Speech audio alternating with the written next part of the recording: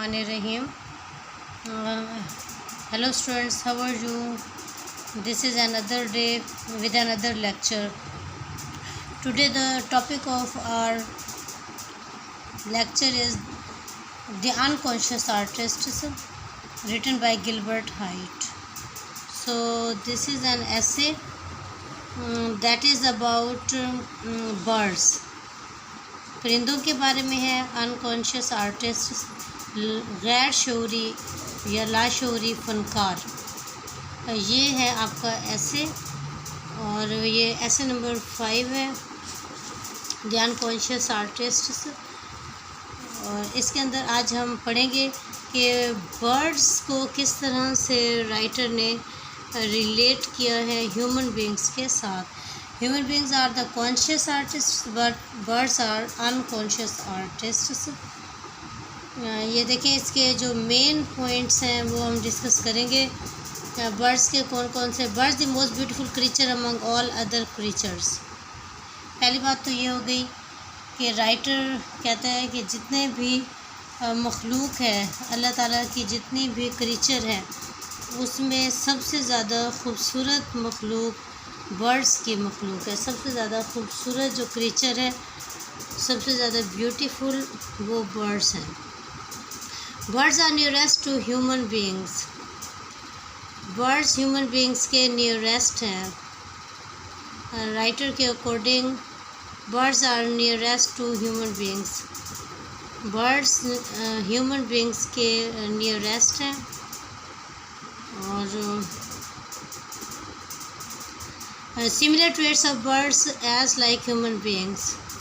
तो बर्ड्स की similar traits जैसे कि ह्यूमन बींग्स की हैं. ट्रेट्स का मतलब होता है क्वालिटीज़, खसूसियात.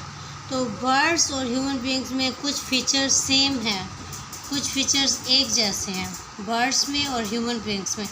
वो कौन कौन से फीचर्स हैं, इसी के ऊपर आपका ये पूरा ऐसे आपका इसी चीज़ के ऊपर है कि बर्ड्स और ह्यूमन बींग्स में कौन कौन से फीचर सिमिलर हैं. तो उसमें पहली चीज़ आ जाती है सिंगिंग ऑफ बर्ड्स. आप देखेंगे ह्यूमन बींग्स सिंग करते हैं, गीत गाते हैं, गुनगुनाते हैं. और ये जो सिंगिंग है ये बहुत सबलाइम क्वालिटी ह्यूमन बींग्स की समझी जाती है, ग्रेट आर्ट समझा जाता है. और अगर आप देखें तो जो बर्ड्स होते हैं उनकी जो साउंड होती है, जिस तरह से वो डिफरेंट बर्ड्स वॉइस निकालते हैं, तो वो भी सिंगिंग ही लग रही होती है, जस्ट लाइक ह्यूमन बींग्स. फिर उस सेकंड पर डिस्कस कर रहे हैं राइटर कॉस्ट्यूम और क्लोथिंग ऑफ बर्ड्स. परिंदों का कॉस्ट्यूम या परिंदों की क्लोथिंग, परिंदों का लिबास, ये डिस्कस कर रहा है राइटर. कॉस्ट्यूम लिबास को कहते हैं, क्लोथिंग भी लिबास को कहते हैं. तो बर्ड्स मुख्तलिफ़ कलर की होते हैं और उनकी ब्यूटी इतनी ज़्यादा होती है, ऐसा लगता है उन्होंने मुख्तलिफ़ ड्रेस पहने हुए हैं. तो राइटर ये भी कहते हैं कि सम टाइम कोई ख़ास इवेंट होता है तो उसके लिए वो ज़्यादा तैयार होते हैं, ऐसा लगता है जैसे उन्होंने बहुत ख़ास ड्रेसिंग की हुई है. Housing faculty of birds. Birds भी घर बनाते हैं जैसे कि ह्यूमन बींग्स बनाते हैं. नेस्ट होता है, घोंसला, वो क्या होता है, परिंदे का घर होता है जिसमें वो अंडे देता है, वहाँ उसके बच्चे निकलते हैं. और अगर आप उसको देखें, जो नेस्ट होते हैं बर्ड्स के, वो बहुत ज़्यादा आर्टिस्टिकली बनाए गए होते हैं. तो इसका मतलब है उनके अंदर फ़नकार हैं और फ़नकाराना खसूसियात हैं. फिर इस्थेटिक सेंस है. सेंस ऑफ ब्यूटी को कहते हैं इस्थेटिक सेंस. तो इस्थेटिक सेंस है जिसके अंदर राइटर ये डिस्कस कर रहे हैं कि परिंदे जब अपना घर डेकोरेट करते हैं तो उसमें आउटसाइड वर्ल्ड से कोई बंदा इंटरप्ट कर दे तो उनको बुरा लगता है. अगर कोई उनके घर में कोई ऐसी चीज़ फेंक दे जिससे उनके घर की ब्यूटी ख़राब हो, तो वो उस चीज़ को उठा के दूर फेंकाते हैं और अपनी एस्थेटिक सेंस का ख्याल रखते हैं. प्रोटेक्शन और सिक्योरिटी.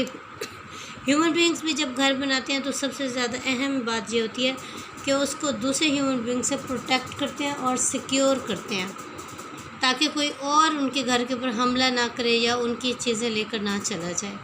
तो ये भी इसमें बहुत अच्छे तरीके से डिस्कस किया गया है कि बर्ड्स किस तरह से अपने घर को बनाने के बाद प्रोटेक्ट कैसे करते हैं, सिक्योर कैसे करते हैं। डांसिंग और फ्लाइट, ये लास्ट पॉइंट है हमारे ऐसे का। ह्यूमन बींग्स भी डांस करते हैं और जब वो अच्छे मूड में होते हैं तो वो अपने मूड को एक्सप्रेस करने के लिए डांस करते हैं। और यहाँ राइटर ने मुख्तलिफ एग्जांपल्स दिए हैं और उसने ये बताया है कि बर्ड्स भी डांस करते हैं और हैप्पी हो तो किस तरह से डांस करते हैं और सैड हो तो फिर किस तरह से डांस करते हैं। तो ये अनकॉन्शियस आर्टिस्ट्स, ये आपका ऐसे है अनकॉन्शियस आर्टिस्ट्स जो आज हम डिस्कस कर रहे हैं, द अनकॉन्शियस आर्टिस्ट्स। और आपको अच्छा लगेगा इसको जो हम इंशाल्लाह डिटेल में पढ़ेंगे, आपको बहुत अच्छा लगेगा। आज के जो मेन पॉइंट्स थे वो मैंने आपके साथ डिस्कस कर लिए हैं और अब जो पिछला ऐसे था हमारा उसका एक क्वेश्चन डिस्कस करना था, तो वो उसका एक क्वेश्चन मैं आपके साथ डिस्कस करूँगी। तो जो स्टूडेंट ने पूछा हुआ था उसका आंसर हम डिस्कस करते हैं।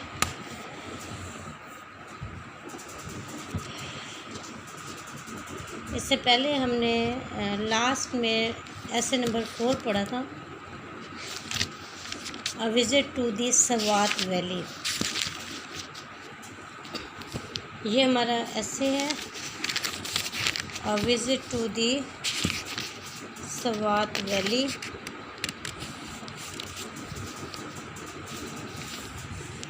HP स्टीवर्ट, हिलेडिया पोर्टर स्टीवर्ट का लिखा हुआ ये ऐसे है जो हमने पढ़ा है लास्ट टाइम। तो इसमें 2 क्वेश्चंस हैं, आप देख सकते हैं इसके अंदर 2 क्वेश्चंस हैं। Question number 1, what engages the attention of Mrs HP Stewart in the Swat valley. कौन सी चीज़ें हैं जो सवात वैली में HP स्टीवर्ट की अटेंशन का बायस बनते हैं। बहुत डिटेल में हमने ये सब डिस्कस कर लिया था कि क्या क्या चीज़ें थी जो उसको अच्छी लगी थी, जो ट्रेडिशंस हैं, कल्चर है, फूलों की ब्यूटी है, मुख्तलिफ तरह के मौसम हैं, तो ये सारा कुछ उसने आपसे डिस्कस किया है। और सेकंड जो इसका क्वेश्चन है, सेकंड क्वेश्चन इसके अंदर